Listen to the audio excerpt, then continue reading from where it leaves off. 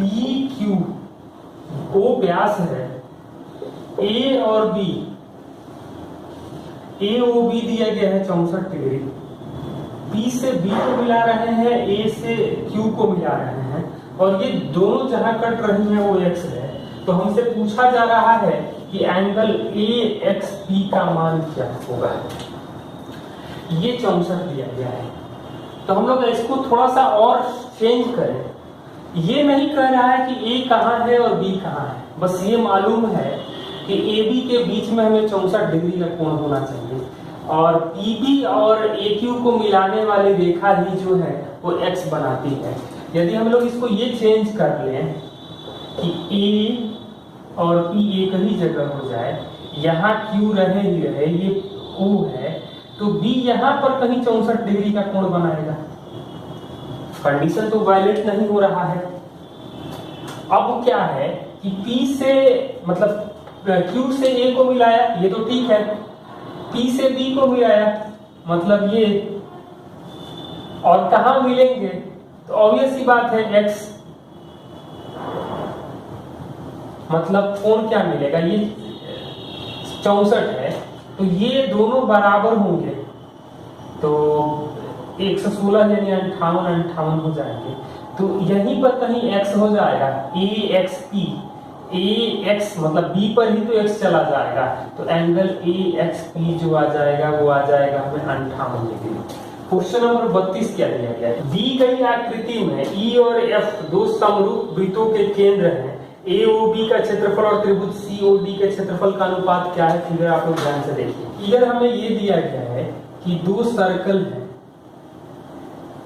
ये A है, ये B है, ये E है, ये F है,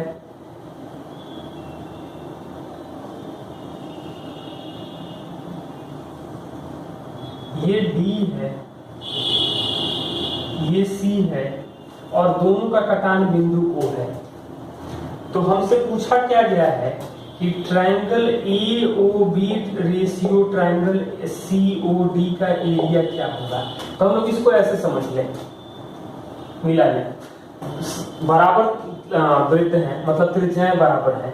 इन दोनों को हम लोग ये कह सकते हैं कि ये वर्टिकली अपोजिट है, ये दोनों बराबर है, बीच की दूरी बराबर है, मतलब सर्वांगसम होगा, मतलब त्रिभुज AOC और त्रिभुज EOF सर्वांगसम होगा।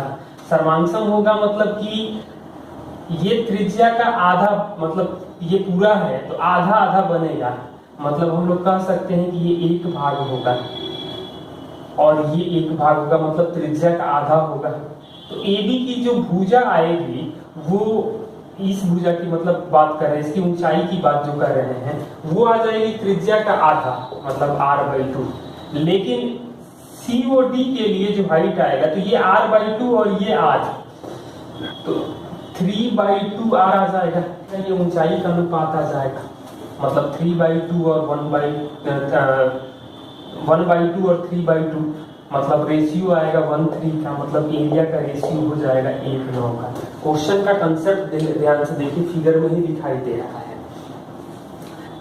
दी गई आकृति में एक समकोण त्रिभुज ABC में AB 12 है, ABC में AB 12 दिया गया है, AC 15 है, AC 15 है मतलब ये 9 होगा। कह रहा है कि वर्ग के शीर्षों में से एक शीर्ष त्रिभुज के शीर्ष पर है, तो एक वर्ग हमें चाहिए जिसका क्षेत्रफल अधिकतम हो। इसके लिए हम लोग क्या करेंगे, ये वर्ग होगा यानी कि 90 डिग्री बनेगा। ये यदि अल्फा कोण होगा तो ये 90 माइनस अल्फा होगा, ये 90 माइनस अल्फा होगा यानी ये अल्फा होगा। सिमिलरिटी अप्लाई करेंगे तो ये x होगा, ये x होगा। तो अल्फा के सामने यहाँ पर मिलेगा x और अल्फा के सामने यहाँ मिलेगा 12 माइनस x। 90 माइनस अल्फा के सामने यहाँ मिलेगा 9 माइनस एक्स और यहाँ पर मिलेगा x। दोनों ट्राइंगल में सिमिलरिटी अप्लाई करें तो x स्क्वायर बराबर 108 minus 21x plus x square. X का वैल्यू जो आ जाएगा वो 36/7 आएगा।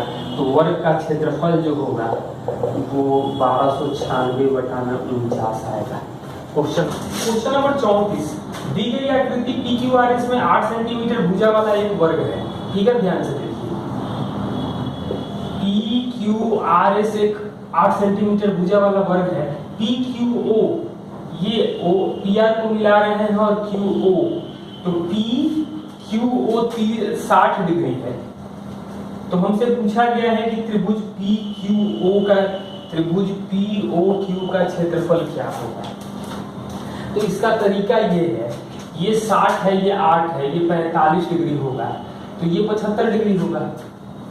तो हम लोग त्रिभुज का क्षेत्रफल के लिए तो तरीका होता है कि ज्यादा बेहतर वही होगा,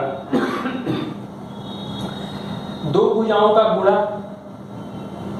और उसके बीच के साइन थीटा का आधा, मतलब 8 बटा में साइन 75 बराबर OQ बटा में साइन 45, मतलब 8 गुणे 1/√2 बराबर OQ इंटू √3 प्लस 1/2√2, तो √2 कट जाएगा। OQ का वैल्यू आएगा 16 बटा में √3 प्लस 1, यानी कि 8 √3 माइनस 1, रेशनलाइज करके आप लोग देख लेना।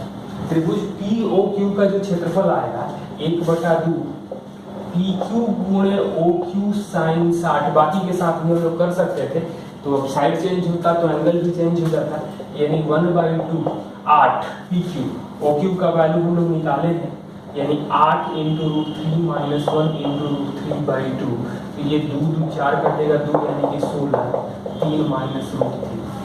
दी गई आकृति में 8 और 20 सेंटीमीटर भुजा वाले दो वर्ग दिए गए हैं। छायांकित भाग का क्षेत्रफल कितना है? तो ये 8 सेंटीमीटर और ये 20 सेंटीमीटर भुजा का वर्ग है, इसको हम लोग मिला दे रहे हैं, मतलब ये भाग 8 है, ये भाग 20 है, मतलब ये 20 है, तो ये पूरा भाग 28 होगा। ये रंगे हुए भाग का क्षेत्रफल क्या होगा, यही हमसे पूछा गया है। तो हम लोग कह सकते हैं कि ये 8 और 28, मतलब ये 2 भाग होगा, ये 7 भाग होगा, मतलब तो 7 के लिए 20 दिया गया है, तो 1 के लिए 20/7 आएगा, मतलब 2 के लिए आ जाएगा 40/7। 40/7 मतलब ट्रायंगल का एरिया जो रंगे हुए भाग का है 1/2, आधार 8 है, और ऊंचाई जो काम करेगा वो 40/7 काम करेगा, मतलब 160/7 के स्क्वायर यूनिट। क्वेश्चन नंबर 36, एक समषष्ठभुज का क्षेत्रफल वर्ग के क्षेत्रफल के बराबर है, तो समषष्ठभुज का परिमाप और वर्ग के परिमाप का अनुपात क्या होगा?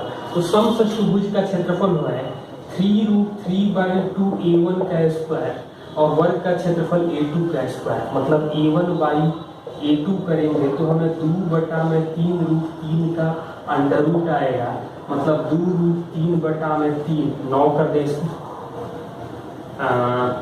2 अंडर रूट ये, तो हमें इसको लिख सकते हैं 2√3 ये रूट। अब हमसे पूछा गया है समषष्ठभुज का परिमाप और वर्ग का परिमाप, तो समषष्ठभुज का परिमाप होगा 6A1, वर्ग का परिमाप होगा 4A2, मतलब 3/2 इंटू इस अनुपात करेंगे तो 2√3 का वर्गमूल बटा में 3, तो 3 तो कट जाएगा, मतलब ये हम लोग लिख सकते हैं 3/2, लेकिन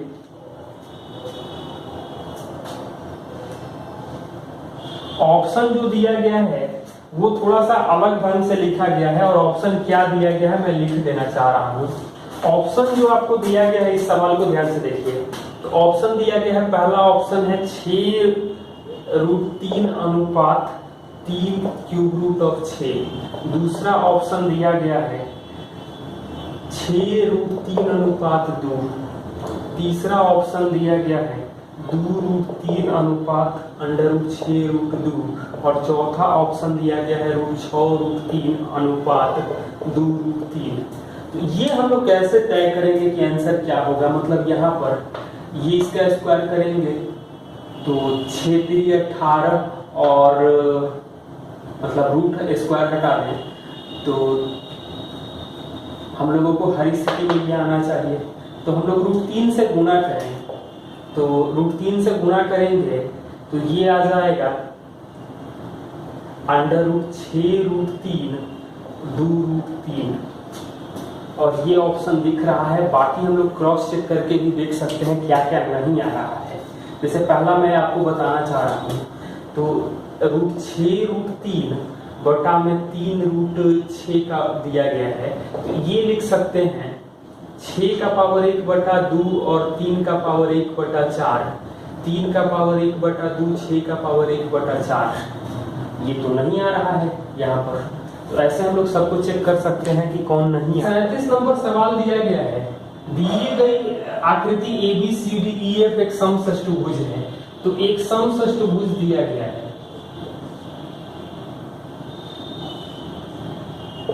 ABCDEF, ये PQR इन भुजाओं के मध्य बिंदु है, भुजाओं के नाम दिए गए हैं। PQR का क्षेत्रफल क्या होगा?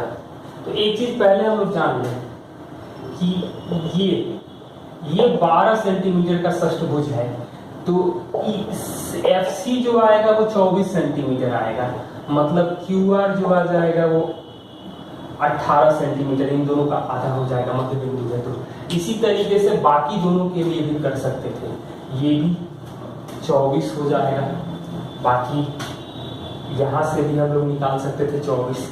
मतलब कहा जा सकता है साफ साफ कि PQR जो है वो समबाहु त्रिभुज है और भुजा है 18, मतलब √3/4 × 18 का स्क्वायर, यानी 81√3। एक आकृति जो मैं बना दिया हूँ, 4 समरूप अर्धवृत्तों को एक वृत्त के चतुर्थ भाग से बनाया गया है। XA दिया गया है साफ, मतलब चारों अर्धवृत्त जो है वो बराबर है, XABCD। तो छायांकित भाग का क्षेत्रफल क्या होगा? ऑप्शन दिया है 70, 140, 77 और 84। तो सबसे पहला तो काम ये है कि 7, 7, 14 का ये सर्कल का चौथा भाग है, मतलब क्वार्टर है, तो 1/4 7 के लिए तो होता था 154, लेकिन 14 है मतलब 2 का स्क्वायर, तो ये हो जाएगा हमें पूरा एरिया, मतलब पूरे का एरिया जो आ जाएगा वो आ जाएगा 154। लेकिन और बन क्या रहा है?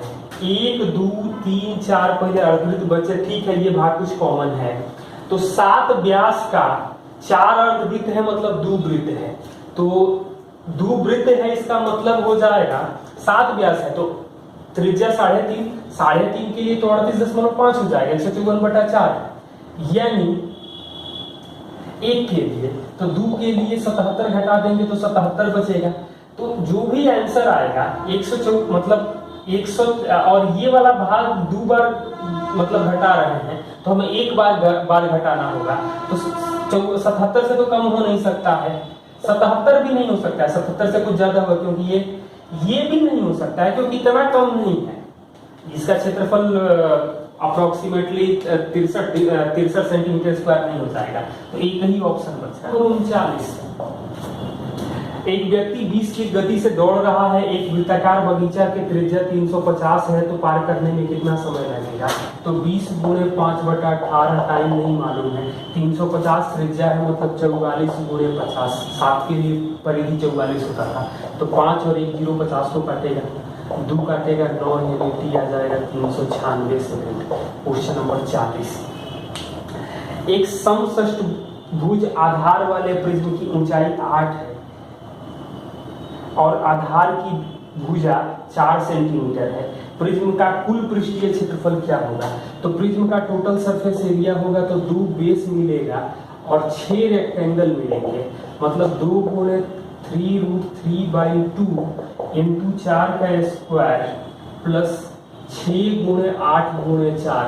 अब हम लोग काटेंगे तो 16 किया, यानी 48√3 प्लस 192। अब कुछ कॉमन हो रहा है तो हम लोग कॉमन कर सकते हैं, या आंसर दिखाई भी दे रहा है, 48 कॉमन करेंगे तो 4 + √3, और कोई ऑप्शन मैच नहीं कर रहा है।